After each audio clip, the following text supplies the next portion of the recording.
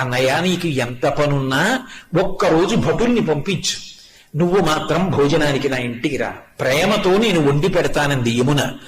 మన్నించి యమధర్మరాజు కార్తీక మాసంలో శుక్లపక్షంలో విధియ తిథి నాడు యమున ఇంటికి భోజనానికి వెళ్ళాడు. ఏం చెయ్యాలి అన్నయ్య వస్తే?